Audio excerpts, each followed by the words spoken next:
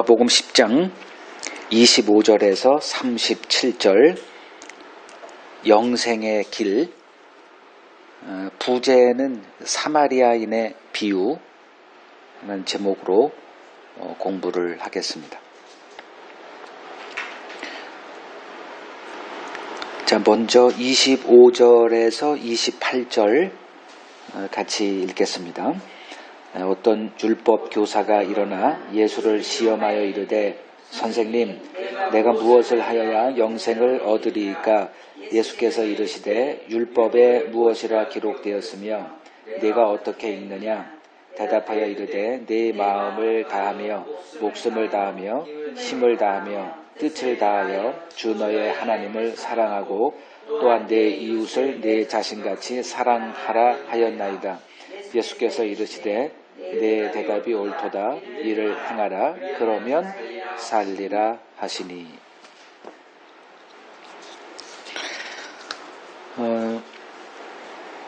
이제 한 율법 교사 서기관으로 보면 되죠. 이 사람이 이제 예수께 나와서 예수를 시험하여 이르되라고 얘기를 이제 합니다. 뭐라고 물었냐면 내가 무엇을 해야 영생을 얻겠습니까? 이런 질문이에요. 이러한 질문이 성경의 사복음서에 꽤나 많이 나오죠. 내가 무엇을 해야 영생을 얻겠습니까? 그러니까 이 질문의 저변에 깔려있는 그들의 구원관은 반드시 어떤 행함이 있어야 그 구원을 얻는다는 그러한 신학관이 자리 잡고 있는 거죠. 주님께서 이제 성경에 대해서 잘 알고 있는 사람이라는 것을 이제 아시죠. 그래서 성경은 이에 대해 뭐라고 말하느냐? 이 정도는 네가 알고 있지 않니? 이제 이런 뉘앙스예요. 그러자 이 율법 교사가 아주 자신감에 넘쳐서 내 마음을 다하며 목숨을 다하여 힘을 다하여 또 뜻을 다하여 주 너의 하나님을 사랑하고 또한 내 이웃을 내 자신같이 사랑하라 하였나이다 라고 나름대로 성경을 공부한 그 자신의 요약본을 이렇게 얘기를 합니다.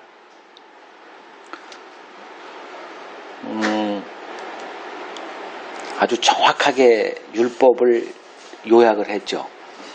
율법 수백 개의 거의 600 몇 개가 된다는 그 율법을 연구를 하고 이게 두 개로 나눠져 있구나.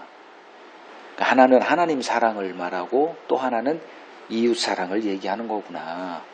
이게 율법의 강령이구나. 이렇게 얘기를 이제 한 거예요. 그러자 주님이 내 대답이 옳도다. 잘 봤어. 그게 성경이 요구하는 거야. 일을 행하라. 그러면 살 거야. 그걸 그대로 살아. 그러면 영생 얻을 거야. 뭘 행하면 영생을 얻겠느냐라는 질문에 이걸 해. 너 지금 보고 있는 걸 그걸 하면 돼. 이렇게 말씀하신 겁니다.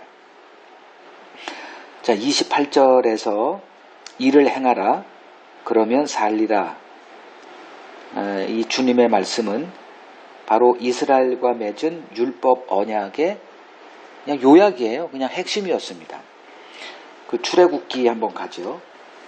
출애굽기 19장을 보면 이제 출애굽해서 홍해를 건너고 이제 광야에서 이렇게 행진을 했다가 이제 시내산에 도착했을 때 하나님이 그들에게 율법을 주시면서 그들과 언약을 체결하는 그 내용입니다. 여기서 출애굽기 19장 5절에서 8절을 보면 요 짧은 구절에서 율법을 어떻게 얘기를 했는가는 언급은 없지만 이스라엘 백성들을 기다리고 있었던 하나님께서 이렇게 요약을 해요. 이 세계가 다 내게 속하였나니 너희가 내 말을 잘 듣고 내 언약을 지키면 너희는 모든 민족 중에서 내 소유가 되겠고 너희가 내게 대하여 제사장 나라가 되며 거룩한 백성이 되리라. 너는 이 말을 이스라엘 자손에게 전할지니라. 모세가 내려와서 백성의 장로들을 불러 여호와께서 자기에게 명령하신 그 모든 말씀을 그들 앞에서 진술하니, 여기서 모든 말씀이 바로 하나님께 받은 율법이죠. 그래서 8절에 이제 백성이 어떻게 응답을 하냐면, 일제히 응답하여 이르되 여호와께서 명령하신 대로 우리가 다 행하리이다. 모세가 백성의 말을 여호와께 전하는 요 내용이에요. 그러니까 이대로 하면 내 백성이 될 거야. 그래서 모세가 받은 말씀을 이스라엘 백성들에게 전하자 이스라엘 백성들은 말씀하신 대로 우리가 다 행할게요. 요게 이제 맺은 이제 율법 언약이라고 얘기하는 거예요. 요게 그 율법의 내용은 이제 20장부터 계속 신명기까지 쭉 이렇게 율법이 계속 반복되죠. 그거를 주님이 이제 반복하신 거예요. 이를 행하라. 그러면 살리라. 이 율법 언약 아래서 이스라엘 백성들은 이제 이제 갔던 거죠. 이 율법 언약 안에서 그 영생의 길은 율법을 실천하는 길 하나였습니다. 그 외에는 없어요. 그러니까 구약은 그냥 행하라 하나밖에 없어요. 그걸 주님이 또 요구하신 거예요. 이를 행하라. 내가 지금 보고 있는 그때 이 성경은 구약 하나밖에 없어요. 신약은 없습니다. 그냥 구약을 갖고 뭘 해야 영생을 얻습니까? 그러면 그 구약의 그 내용은 이스라엘과 맺은 그것은 율법 언약이에요. 그래서 그들에게 요구한 그대로 이를 행하라. 그러면 살 거야.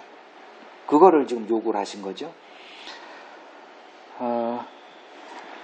그러니까 예수님 당시, 그러니까 율법을 받고 1500년이 지난 예수님 당시까지 유대인들은 이 율법 행함의 의로 구원 얻는 줄로 생각하고 지금까지 살아온 거죠. 그래서 이제 하나님의 선지자로 왔다라고 하는 그 예수에게 다시 한번 이를 확인하고 있는 겁니다. 예수님은 율법 언약 아래에 있는 그들에게 바로 그 말씀을 또 하신 거예요. 이를 행하라. 그러면 살리라. 근데 문제가 있어요. 이 율법을 행하는 그 범위가 도대체 어떤 건지에 관한 겁니다. 그게 오늘의 핵심 내용이에요. 어디까지야 도대체 하라는 게. 얼마나 잘해야 돼. 그래서 29절에 이거 읽죠. 그 사람이 자기를 옳게 보이려고 예수께 여짜오되 그러면 내 이웃이 누구니까? 자, 여기서 내 이웃이 누굽니까? 라고 예수님께 이제 물었어요. 그러니까 이웃 사랑이라는 건 알아요. 근데 이웃 사랑의 범위가 도대체 어디까지입니까? 라는 거예요. 이들의 관심사. 그러니까 율법을 보면 일로 나갈 수밖에 없어요. 도대체 어디까지 해야 돼요? 목숨을 다한다는 게 뜻을 다하고 힘을 다한다는 그 범위가 도대체 어디까지를 말하는 겁니까? 그러니까 유대인들은 지금 이 정도면 되지 않았어요? 주님이 그때 우리가 산상수훈 봐서 이제 배웠다시피 내가 율법을 완전하게 하러 왔다. 그 완전함이라는 게 너희들이 생각하는 그 수준을 늘려. 그래서 하나님이 인정하시는 그 지경까지야 이렇게 되는 거죠. 자기를 옳게 보이려고 했대요. 이게 무슨 말일까요?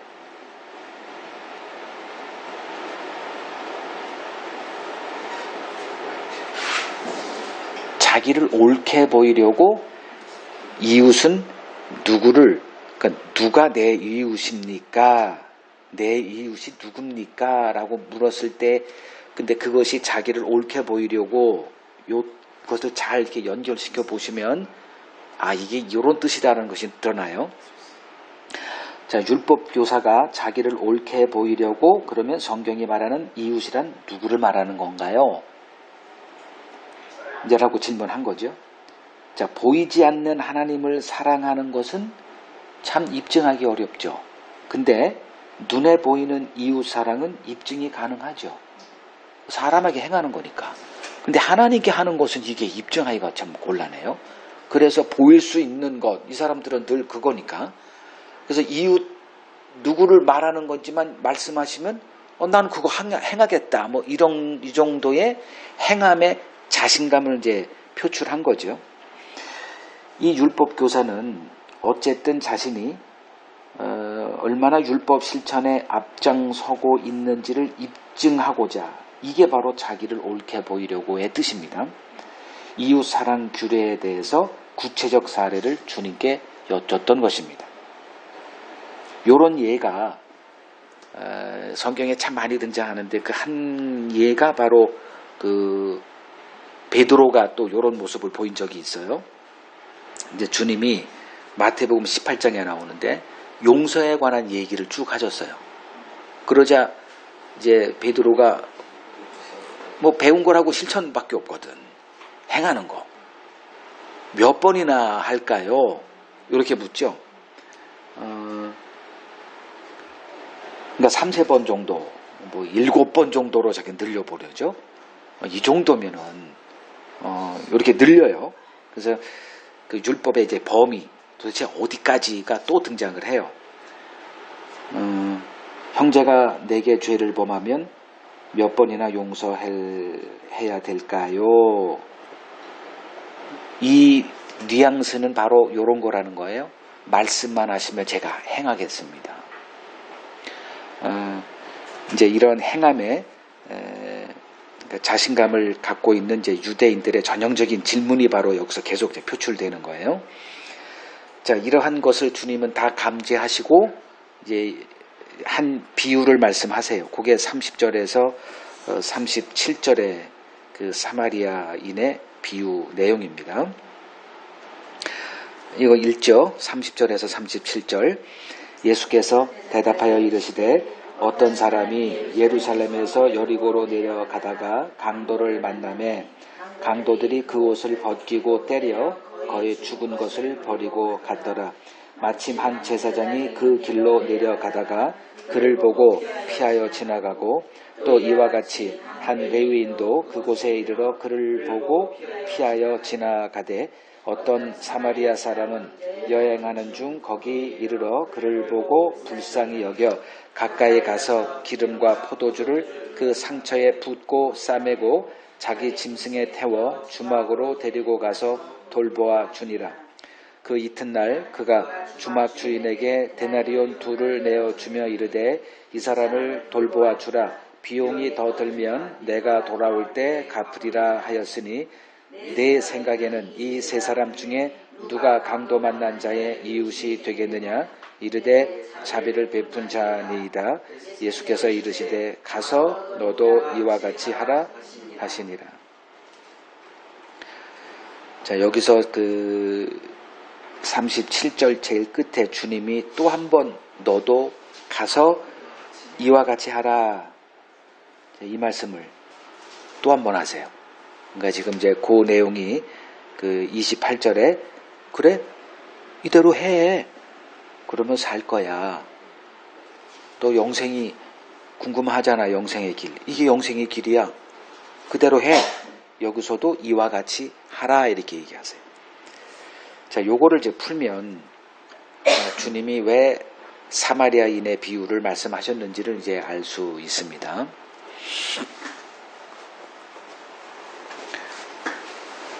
주님이 이 사마리아인의 비유를 말씀하신 이유는 이렇게 이웃사랑하고 살아. 이런 실천을 알려주기 위함이 아니죠.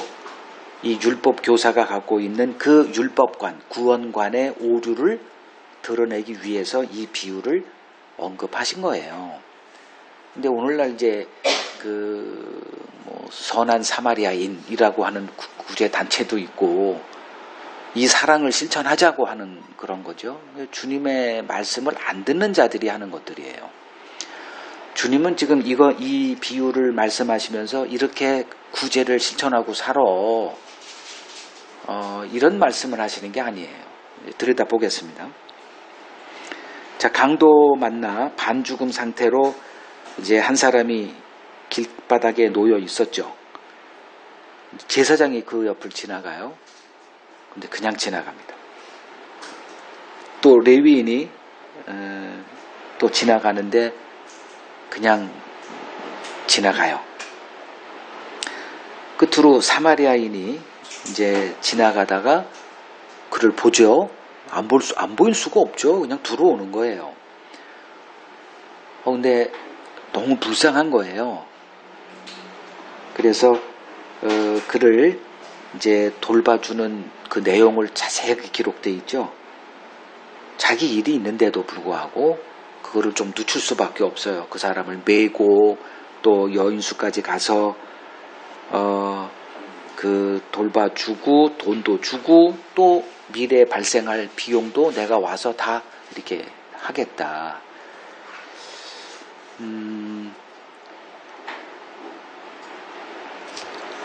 지금 이 사마리아인이 이 사람은 지금 예루살렘에서 여리고로 내려가는 사람이었으니 유대인이었을 거예요. 그리고 이 사람을 불쌍히 여겨서 돌봐준 사람은 사마리아인이었습니다. 그러니까 정상적으로 하면 제사장이 그 일을 했어야 되는데 또 레위인도 비슷한 유예요. 제사장의 수종을 드는 자들이 레위인들이었고, 그러면 이 제사장과 레위인들은 굉장히 율법 행함에 앞장서 있는 자들로 우리가 이렇게 암시가 돼 있는 거예요. 사마리아인은 좀 될 수 있으면 그냥 어떤 뉘앙스가 그래요. 이 율법 행함하고는 좀 관계가 없는, 경건함에 있어서는 한참 뒤처진 자들로 이렇게 인식되고 있는데, 의도적으로 사마리아인을 주님이 이 비유에서 그가 그를 불쌍히 여기고 그 성경이 얘기하는 그 이웃사랑, 이웃을 내 몸같이 사랑하라라고 하는 것을 실천한 사람으로 사마리아인이 등장합니다.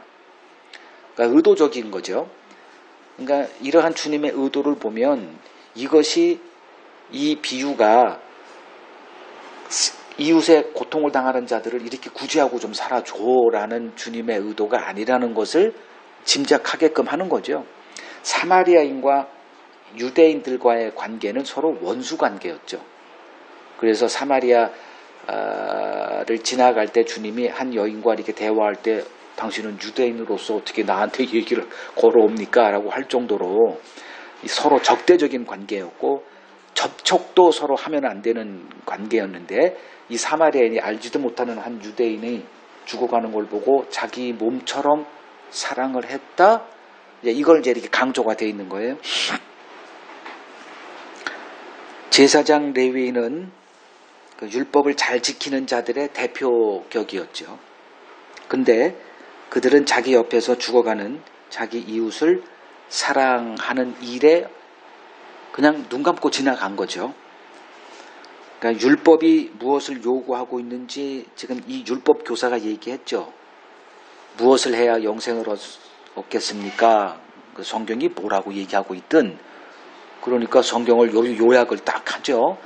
그러니까 맞아, 그거야. 제대로 보고 있네. 즉 성경이 말하고 있는 것이 무엇인지 정확히는 꿰뚫어 보고 있었지만, 정작 그 성경이 요구하는 이웃사랑을 실천할 수 있는 능력은 갖고 있지 못하는, 그거를 지금 주님이 고발하고 있는 거예요. 반면에 사마리아인은 경건함에 있어서, 율법을 실천함에 있어서 제사장 레위인에게 대할 수 없는 자였죠. 그런데 그에게는 그 율법이 말하고 있는 그 율법 정신인 긍휼함은 갖고 있었어요. 율법을 알고 있던 모르고 있던 그게 상관됨이 아니라 그 율법을 실천을 했다는 데 있었죠. 이 사람이 율법을 행하는 자라 이제 성경은 얘기합니다. 그게 로마서 2장 25절에서 26절에 이렇게 기록되어 있어요. 자, 37절을 보면 이제 이 비유를 다 얘기하신 다음에 누가 강도 만난 자의 이웃이 되겠느냐? 주님의 이 질문에 이제 율법 교사가 자비를 베푼 자입니다. 이제 긍휼을 베푼 자이겠죠. 이렇게 얘기를 해요. 이거 빼도 박도 못하게 이제 코너로 몰고 가서 그 답을 끄집어낸 거예요. 주님께서 이제 가서 너도 이같이 하라 이렇게 얘기를 하세요. 그러면 너도 구원 얻어. 영생이야 그게. 이렇게 얘기를 하신 거예요. 자, 이같이 하라. 이것은 너는 스스로 율법을 잘 지키고 있는 자다라고 생각하고 있지만 너는 율법의 껍데기만 지킬 뿐 율법의 정신인 긍휼은 보이지 않고 있는 자, 즉 율법을 하나도 지키고 있지 않는 자야. 이런 말씀이었어요. 그러니까 너도 이와 같이 하라라는 말을 이제 사람들이 그거를 그대로 이제 이렇게 실천하고자 하죠. 이제 성경을 이제 이렇게 보기 때문에 주님의 의도와 전혀 상관없는 이제 잘못된 길로 이제 가는 거죠. 너도 이와 같이 하라는 주님의 말씀을 실천의 권면으로 착각하면 안 돼요. 이 말씀은 너희가 과연 이 사마리아인처럼 너희 이웃을 내 몸과 같이 사랑할 수 있니? 라는 한번 좀 생각 좀 해봐. 그런 주님의 말씀이었습니다. 자기 사랑의 노예가 되어 살아가는 인간이 과연 이웃을 내 몸과 같이, 자기 몸과 같이 사랑할 수 있겠느냐는 주님의 질문입니다. 어쩌다 이웃에게 베푼 작은 선행 하나로 자신을 선한 사람으로 착각하며 살아가고 있는 우리들의 주님이 던지는 질문입니다. 내가 무엇을 행해야 영생을 얻겠습니까? 라는 율법 교사의 질문은 인간이 어떤 존재인지 알지 못하는 맹인된 자의 질문에 불과했습니다. 이렇게 자기 자신의 실상을 보지 못한 채 살아가고 있는 우리들에게 주님은 이 사마리아인의 비유를 들이대시며 너희가 과연 하나님의 인정을 받을 만한 선을 행할 수 있는 자라 생각하냐라고 묻고 계십니다. 이러한 우리를 죄에서 구원하시기 위해 하나님의 아들이 인간의 몸으로 오셔서 우리의 죄를 자신의 몸에 담당하시고 죽음을 맛보셨던 것입니다.